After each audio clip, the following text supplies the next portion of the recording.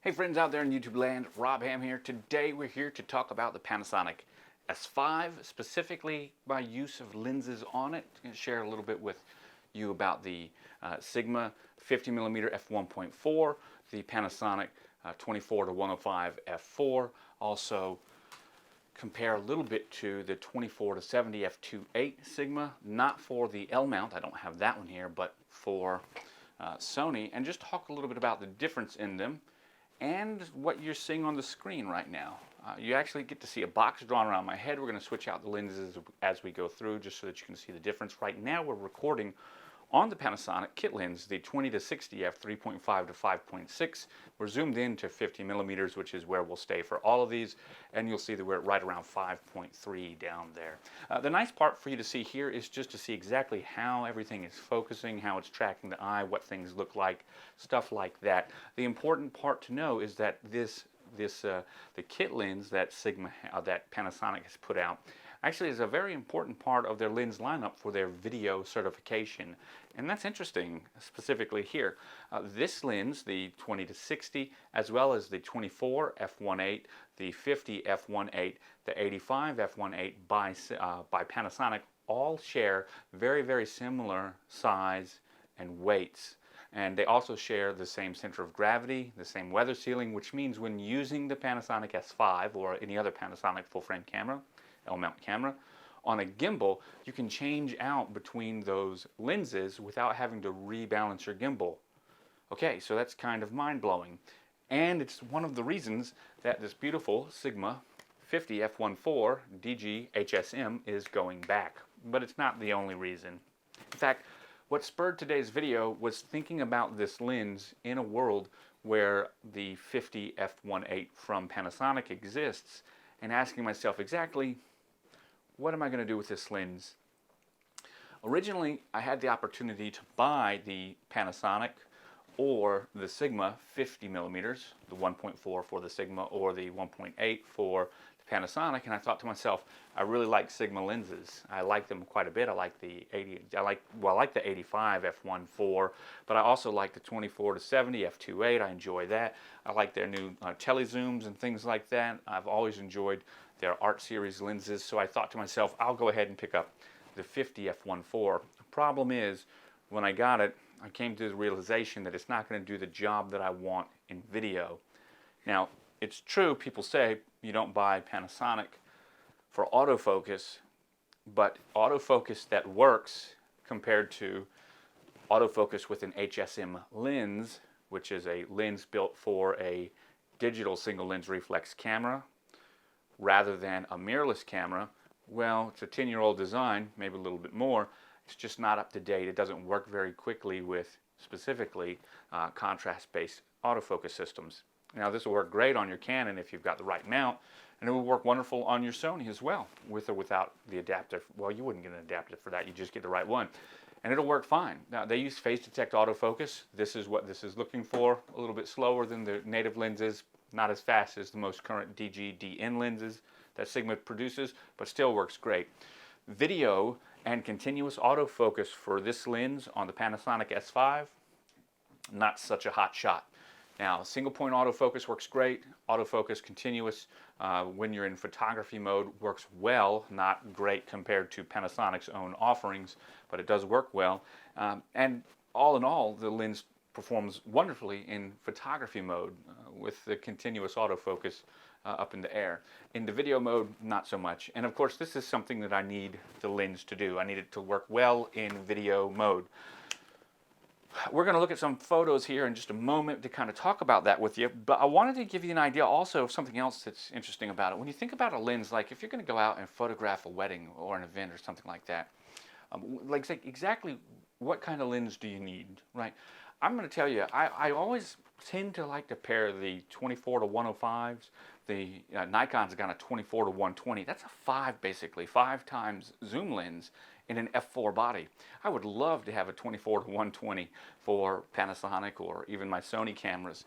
24 to 105 is basically a 4 times zoom. That's fine. But this has a 1 to 2 macro, a real 50% macro, and you'll see in the shots later, it allows me to get some crazy macro shots in this one lens. And you might think, especially if you pay a lot of attention to what everybody talks about on YouTube, and you don't get a chance to shoot yourself, you don't realize that f4 is fast glass. Now, in the days of film, an f4 or quicker lens as a prime in a zoom or non, that was good lens. That was good quality, specifically f4 on medium format. Fast lens, razor sharp, well, razor thin depth of field, you know what I mean? This concept of f2.8s and all that other stuff, and f1.8, well, basically for zooms, f2.8, this is kind of a little cheeky, if you ask me, because I can get some doggone great bokeh with this lens, which is what most people talk about when they say, oh, it'd be better off with like a 70 to 200 f2.8 than a 70 to 200 f4. And granted, you know, I'd rather have the 2.8 too in many ways, but the cost, the size, and the weight of those types of lenses really adds a lot to your day. So this f4 lens right here can do a pretty fine job. It is true on some camera systems when you get into f4 low light situations, specifically receptions at weddings, that there are issues where you would like to be able to have more light. That f2.8 would help you then. Well, that's where your primes come in. If you're a walk and talk shooter like I am, you switch over to a prime. Or that's when having a camera with great ISO performance like dual gain ISO in the Panasonic S5 comes in handy. It's great. But there's another problem. Even with Panasonic's own beautiful 24 to 105 f4 lens, when you're in low light, the contrast-based auto focus and all of the really cool Terminator-style heads-up displays shuts down. It stops working. And I'll try to get some of that recorded for you guys one day. I haven't been able to do it on location. But as the light goes down, when you're in continuous autofocus mode for photography, we're not even talking about video, the camera's not being able to get enough information and enough light, especially in really dark situations, for that cool heads-up display to continue to work as smoothly as it does in full light. That's where I think having an f2.8 or a prime lens will be much more helpful. So for the Panasonic system, I find that I need additional lenses to support the mission differently than I do when I'm shooting Sony.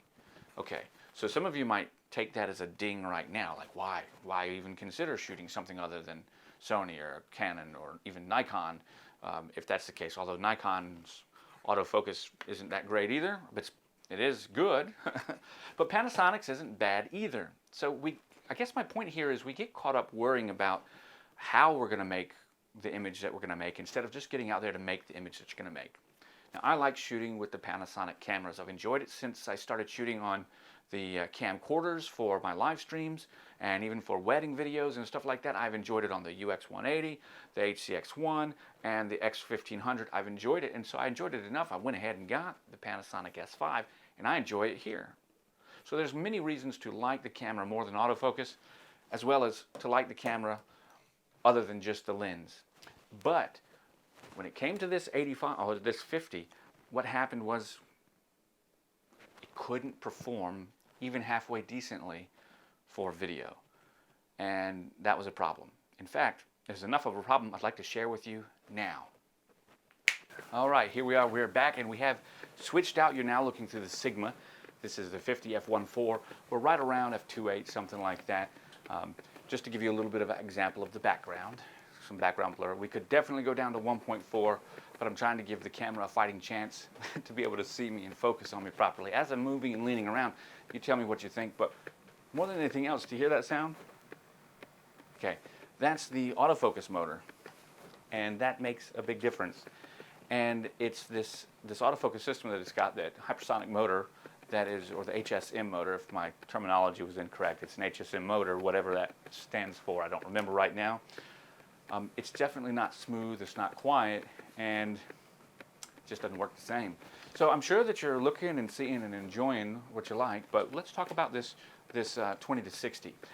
All of Panasonic's new lenses that are the film standard that they have, well, not all of them, because this also has the film standard with their video certification, has a concept of being built around the same size and the same weight, so that their center of gravity is the same. Now this one obviously extends, so that will change the center of gravity, and they're talking about having a similar center of gravity when it's in the closed position But the other lenses will also be about this size when they're in the closed position. How cool is that, right? And so you'll be able to switch them out pretty nicely. They also have weather sealing, which is pretty nice, and a little rubber lip even around the back with a metal base and a polycarbonate design. That being the case, I'm going to go ahead and switch out for one last shot so that you can see the 24 to 105 lens right here, so that you can see that now, and then we'll get into and talk about the photos. Okay, so here we are, we're back. You're getting a chance to see the 24 to 105 Panasonic lens, and you're getting ready to see it at f4. Everything's been, pretty much equaled out as far as exposure using an IRE chart over here on the Atomos Ninja. I guess all in all, I do enjoy, what I'm trying to say is I do enjoy the Sigma 50 f1.4, but if you're going to use this on a Panasonic body, you're really buying it for a single role, and that is photography. For video, the autofocus won't work very well for you, and if it does, it's going to be loud. That's what it comes down to. And in a world where you can get the additional video certification Panasonic lenses that all change out to your gimbal and have a much better autofocus on this system, you'll be better suited for that. I think that's the important part to note. So let's take it around and check out and see what we've got over here. Okay, so we actually have about 90 images here. I'm not going to go through every single one of them very quick, very long term. I do just want to kind of give you an overview of them, so we'll pop in and out as we go along. The first thing is to look at the 24 to 70, right? So I want to show you just how versatile a 24 to 70 lens actually is. And I'd like to give you some pro tips when you're using it. First of all, when you're over here, we're at 50 millimeters. I like to get a little bit of background blur by zooming in and stepping back. Although when you don't have a lot of space, about 50 millimeters gives you a nice look. We still have, once again, right here, about 50 millimeters, 40 millimeters. We have some nice background blur. Just nice all together. Interesting framing. We're able to get kind of close in order to get the frame we want because we can zoom in and out. This is really nice when you look through here and you start playing around and making different compositions. You can see that I like to use mirrors and things like that when I photograph, or I like to use little ring lights that I can shoot through, and you can kind of see that there. As we continue to look, you'll see that there's quite a bit of versatility that the 24 to 70 will give you, which is why it's one of the most important lenses that a wedding photographer or an event photographer could have, because you can get wide as well as you can get some detail shots, specifically with portrait type shots. Here we've stepped back. We've put the background very far away, and the background is the beach and the ocean. We're able to focus on our bride and groom here, and you get some really nice depth of field. Although this is an instance where something like an 85 f1.8 or lower would really just destroy the background. Of course, you'd want to use high-speed sync as well as neutral density filters to help you out here. And high-speed sync is flash, so you definitely would need some of that. But just really nice looking images all together. Really good looking things. Okay. And of course, this is the versatility. Once again, we're able to get that nice background blur by zooming all the way in and stepping back. You can see we're about at 70 millimeters on that particular shot, and we've stepped back. So we zoomed in and stepped back in order to get the framing that we want. So the kind of idea is, don't think about your 24 to 70 f2.8 as a do-it-all lens. Instead of think of it as about 4 different lenses. You've got a 24 f2.8, a 35 f2.8, a 50 f2.8, and a 70 f2.8. And if you think about it that way, instead of having to change to all of those lenses and you use them in those focal lengths and you move your feet to get the framing you want, then you'll be, I think you'll be thinking about the lens better. It's not just a zoom. It's not a find a spot and then zoom to the right focal length. It's find a focal length and then move to the right spot. That's what I'm trying to say. As we're looking at these images, lots of fun can be had here. You can see enjoying, happy, jumping. The lens is very versatile, allows you to get all kinds of different types of shot. When we go into the macro shots, I want to give you a couple of different looks. The Sigma 24 to 70 f2.8 is a 1 to 2.9 macro on the wide end and a 1 to 4.9 on the wide end, something like that. So it's basically a 1 to 3 macro at its best. We can still get some nice macro shots. We can edit them in different styles in order to get what you would like. Well, let's talk about the 24 to 105 for a minute. We've got a few more, and then we'll talk about the 50. I want to save the 50 for the last because that's pretty much what we're comparing everything to, and I want you to just see what it can do. So with the 50, with the 24 to 105, which is on the camera right now, we've got that same capability as the 24 to 70, except at that 105 end, we've got much more opportunity for portraits as well as detail shots, because we can zoom in, and it's a 1 to 2 macro. It's a real 50% macro, so we can get lots more detail. Beautiful shots right there. Nice sunset going on. Lots and lots of detail. This is, check that out. You see that's huge, right? So that is the macro capability of a 1 to 2. We can put that ring dead center, which is really nice. It helps if we get one that's really in focus. That's another thing. You got so much background blur going on because your depth of field is so shallow, all the way zoomed in at 50% macro. You really need to stop down in order to get quite a bit of what you want in focus. But that's techniques, and you can think about that separately.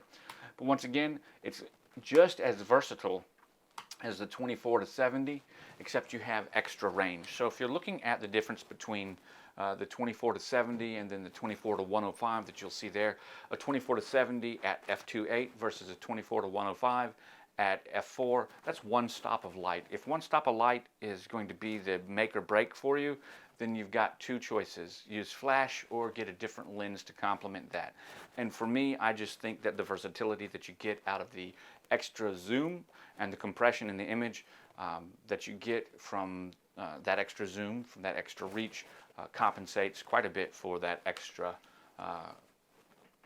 stop of light. It's really what it comes down to for me. So when I have the opportunity, I'd get a 24 to 105 over a 24 to 70. I'd get the f4 over the 2.8 in those two zoom categories. And then finally, my friends, we're going to go ahead and look at this. We're going to look at this 50 f1.4 at the different apertures that we've used today at a really cool wedding. Now none of these images have been edited yet. None of them. You're going to see a couple of different shots. So I want you to know that this is straight out of the camera. Really cool, just using flash and basic photography techniques. So let's go ahead and check that out.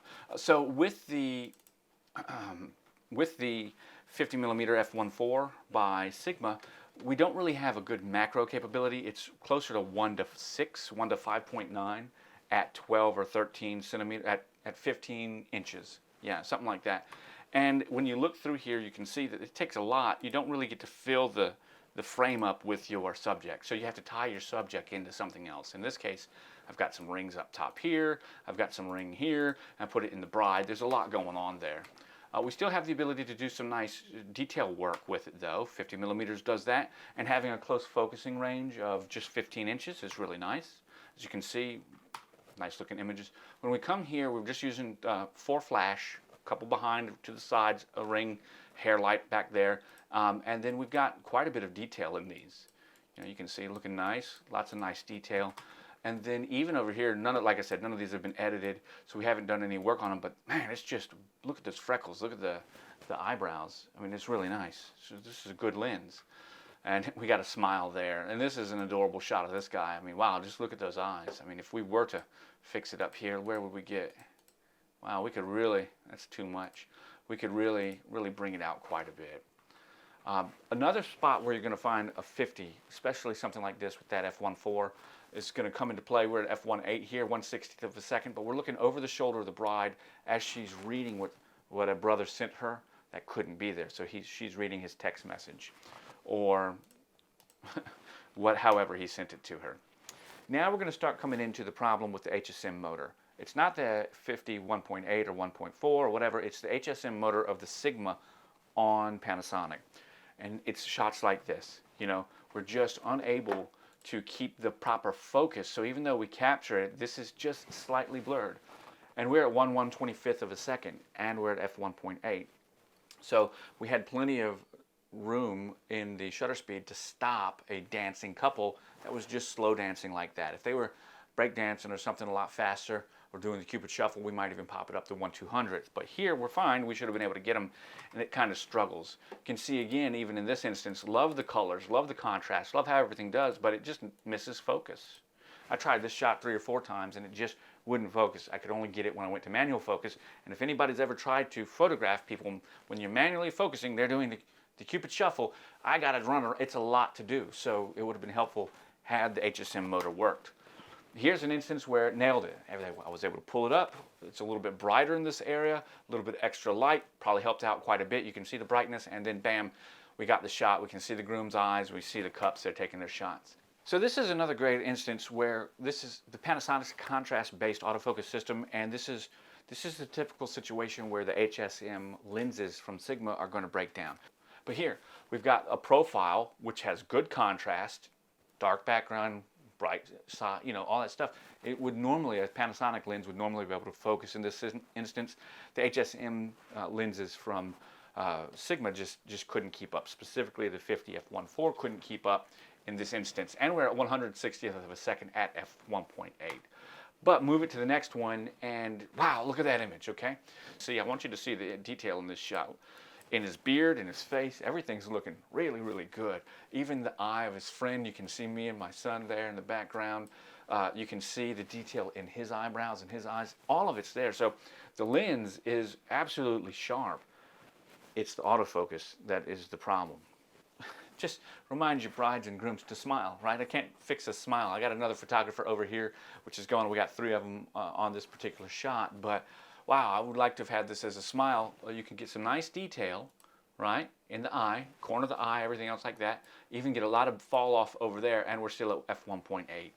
Remind your people to smile. These types of detail shots, when the hands are going in for the cake and everything, this is what a wide aperture 50 is known for. This is the type of stuff that will really elevate your photography, whether it's just on the street, walk and talk, or your professional work. A 51.8 will do this. A 51.4 will do it better. It's that perspective. A really nice shot right there. But this is where, once again, the autofocus of the HSM lens breaks down, specifically when being used in continuous autofocus mode. We're just not sharp. It just didn't happen. We look right there, we missed it. Now, I photograph this kind of a scene all the time with my Sigma 24-70 f2.8 and even my 70-200 f4 on Sony bodies, and I don't miss this shot. It just doesn't happen. It happened here because of the HSM motor. Would there have been a way to photograph and get it right with this lens? Absolutely. Single point, not continuous autofocus. If we just focused on his face ahead of time, you know, Nikon nod style, or just moving the focus point around, and just one single autofocus would have done it. But if they had moved off of that point, then, you know, you would have had to, once again, turn your autofocus back on. Here, although we missed the shot, it's just not sharp. It's passably sharp, and it's an exciting shot, so it's still deliverable. But luckily, I had my other team, my son was over my shoulder, and he got an even better shot than I did. And here, it's a complete miss. They went ahead and gave each other a kiss, and the continuous autofocus just didn't nail it. So we've got a lot of failures right here in this just 1 or 2 shots. Now, I know for a fact that the 24-105 or even the 20-60 would have nailed that shot, because I have used these in those situations, and it's just the HSM motor. But it's about time that we start talking about where this kind of photography really shines. Having a wide aperture and a focal length of 50, specifically in something as high quality as the Sigma Art lens, this 50-1.4, even though it's the HSM and it has a hard time working on the Sigma cameras, specifically in that continuous autofocus mode and video. We're not even going to talk about video because it just was bad, right? Manual focus is great because it's got real manual focus, no focus by wire, real manual focus, so that's good. But here we're going to get into how to shoot with this lens so that it does work for you. So if you want to pick one up because you do like the just over-engineered construction and you appreciate the quality, you're getting ready to see it. Shooting low light events backlit into a bright light, we get a beautiful low contrast burst around the face, but we don't lose any detail. And it's sharp. Now, of course, we're at 1/100th of a second. He's dancing fast. Needed to have my shutter speed up a little bit higher, but I wanted to get some streaks and some movement. And this is exactly what we've got right here. In his face, it's nice and sharp. It's really good. Could be sharper. We got some motion blur there, but that's not all. Check out this shot. Love this shot. Now, looking over here, look, we've still got quite a bit of detail in the face, and we've got this beautiful rim lighting, and we've got this big light shining basically directly into the camera. No harsh flaring, no ghosting, no nothing like that. This is a great lens for these types of shots. Once again, we've got nice hard light coming from the side that he's pointing to. Nice shot. This one could have been a little sharper. Autofocus once again. Now, this is when shots like this kind of lose it. Now, I don't necessarily like the face she's making. I enjoy the composition. However, shooting into the light source and allowing that to come back in just these blurred orbs is a really nice technique. It would have been nice if this had been in focus, because it's not. Okay? It would have been nicer if it could have been in focus and she was smiling differently, but it's not. Once again, taking use of that really low aperture, that f1.8 that we're shooting with right now. Actually, we went down to f1.4 and we can really start getting some nighttime undertones without having to boost our ISO and make things look more like bright, right? Because we don't want to. We want them to look moody. Remember, none of these are edited that you're seeing right now. They're just straight out of the camera. And we're also seeing the shots that work and the shots that don't work with this lens. That's the point that I'm trying to get to with you. Here's a great shot that I just missed completely. Now, I took several of these. I just love everything that's going on here, but she's just not in focus. Now, it just didn't happen. It just wouldn't focus. I had to switch out of continual autofocus and switch over to single point autofocus to get this shot while they were dancing. And I don't like that shot. Luckily, I got this one when she moved, because I'm now in single point. I've got to move, and then I got that one. So look, I had to try very hard, 4 different attempts to get that one shot. Now, is it a good one? Yeah, I love it. This is one of the few where the bride and groom were dancing. You'll know when you go to some weddings, you'll find out some brides dance, some grooms don't. It's a whole thing. I mean, it's really a whole thing, right? This couple was so excited hanging out with their friends, they didn't do a lot of dancing together. So when they did dance together, it was very important for me to be able to get the shot. Now, we got the shot, but what if I hadn't had the time to do that? And what if I hadn't had 2 other photographers there? It would have been a problem. Okay, but we got it. I love the face there. Again, this is a nice shot, but we had switched back to continuous autofocus at this time. Just didn't work out. A little bit out of focus, right? A little bit of motion blur, a little bit out of focus. One of those 2 things. Whether or not you would deliver it is up to you. But for me, I'm very critical about things like this. So although this might be passable for some people, it would not even make my second tier list for me. But it might make something that would go into my Inkwell edits if they wanted Inkwell, which is a special type of black and white edits. In fact, where I get a lot of my best Inkwell shots are from my second tier list from my full color images. And I don't convert my regular full color images to black and whites. I've got my primary list of images that I produce with my signature boutique edit. And then from that, I choose to do my Inkwell edits. I don't like to take one image, edit it, and then make several different versions of it. It's just not something that I do. So anyways, this helps things look unique when I go into editing and have my work look voluminous rather than iterative. Beautiful kiss shot right there. And then this is my boy, man. I love this guy. D is great. Okay, I see him at a lot of weddings. He's a bartender. His whole family does bartending, and I see him all over the place. These guys are cool. And look at his cockroach kickers, man.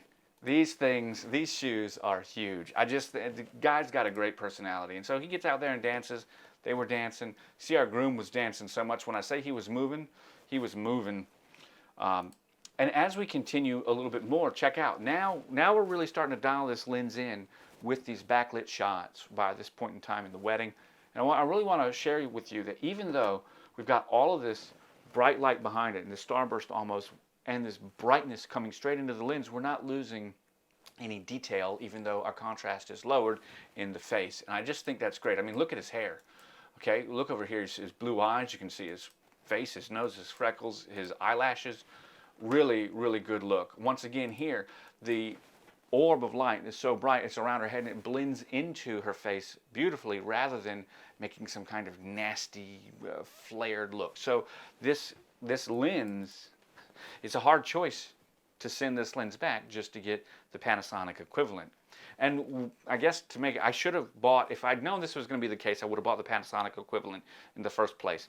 But if I didn't do video as well, or if I just wanted to have another lens, this is a specialty lens because it can do this very, very well, and that's a particular style of shooting that I do. I mean, if you look at my portfolio page on the website, roberthamphotography.com/portfolio, you'll see I've been photographing with this kind of backlit subject at weddings for over a decade. So it's a signature look that I like to produce, and this lens can do it. I've got other lenses that can do it as well as video, which is why this one's going back. I hope you can see here that it's not because of quality. Check it out. I just thought this was cool. He was like, "Well, you getting married, man?" Looking at his ring. Nice little shot right here, backlit. I just like all the little motes of dust that are everywhere. I like the beam of light. Now, wouldn't it be nice if we'd had a different light show and I've been able to help the venue and everything set that up differently to get the shots that I want, which is one way that I get the shots that I get. In this case, that didn't happen. So when you're working as a wedding photographer, now don't think that your job is to just sit back and do what they think you're supposed to do. Be that IPR4, that Integrated Partnership Resource 4. If you guys want to know about that, contact me directly. I'll talk to you about what an IPR4 is and all that other stuff. But the point is, yeah, you can suggest things to them, and lots of times I help venues determine their lighting for a particular wedding, specifically based on my interactions with the bride and groom. And I got a lot of connections with different wedding venues, so it's easy to talk to them about it. And one of the ways that I got a lot of nice, good connections was because I was forthright and helpful with things like lighting, because the venue wants the photos you take to look as good as possible. You help them with lighting, I guarantee you they'll be calling you more. Another beautiful shot. I think this is great. Once again, I'm not trying to overstate how important it is to have a lens like the 50 f1.4 that can show detail even in low contrast areas backlit like that. I mean, look at his face. You can see right now that his face is so well defined that the camera, the 24-105 lens on the Panasonic S5, is putting that little gray box over his face. It's right there. It's because it recognizes it. That's a really good characteristic. Same thing here as we're moving forwards. One of my photographers right there. Everyone say hi to Kim. Wow. Okay, so you stuck around, you made it this long. I want to thank you for watching. Tell me a little bit about what you thought, what you saw, how you enjoyed what we did today. I'd like to hear your comments down below. I'm Rob with roberthamphotography.com. If you want to know more about that IPR4 communication model that I use to help book more clients, just send me an email. We'll chit-chat about it. Bye for now.